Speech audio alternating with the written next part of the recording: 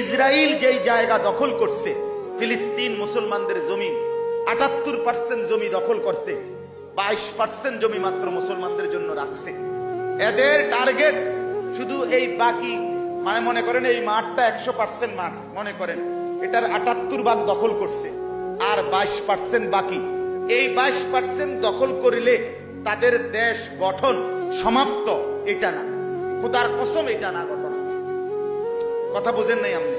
কথা এটা না, কথা হলো তাদের স্পষ্ট ফিলিস্তিনের আরে ইসরায়েলের পার্লামেন্ট, সংসদ ভবনের নাম হলো নেসেট।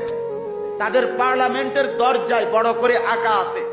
তাদের পাদ্রী, ধর্মযাজক, তাদের নেতাদের বক্তব্যে হাজার হাজার বার, শত শতবার বলছে যে ইসরায়েল হবে দি গ্রেট ইসরায়েল, মহারাষ্ট্র। অর্থাৎ শুধু এতটুকু জায়গা না, বরং আমাদের নবী সাল্লাল্লাহু আলাইহি সাল্লাম তিনি যখন মদিনায় হিজরত করে গেছিলেন, তখন মদিনায় 3টা ইহুদি গোত্র ছিল, বনু নজির, বনু কাইনুকা, বনু কুরাইজা। আমাদের নবী মদিনার থেকে এই 3টা ইহুদি গোত্রকে বিতাড়িত করে দিয়েছিলেন খায়বারে। 7ম হিজরিতে নবীজি আবার যুদ্ধ করে খায়বার বিজয় করছেন, সেখান থেকেও তাড়াইয়া দিছেন ইহুদিদেরকে।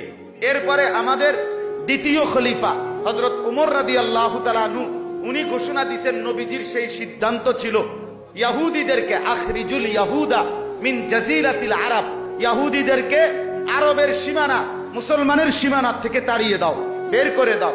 হযরত উমর রাদিয়াল্লাহু তাআলা আনহু দ্বিতীয় খলিফা থাকাকালীন ইহুদিদেরকে আরব সীমানা থেকে বের করে দিয়েছেন।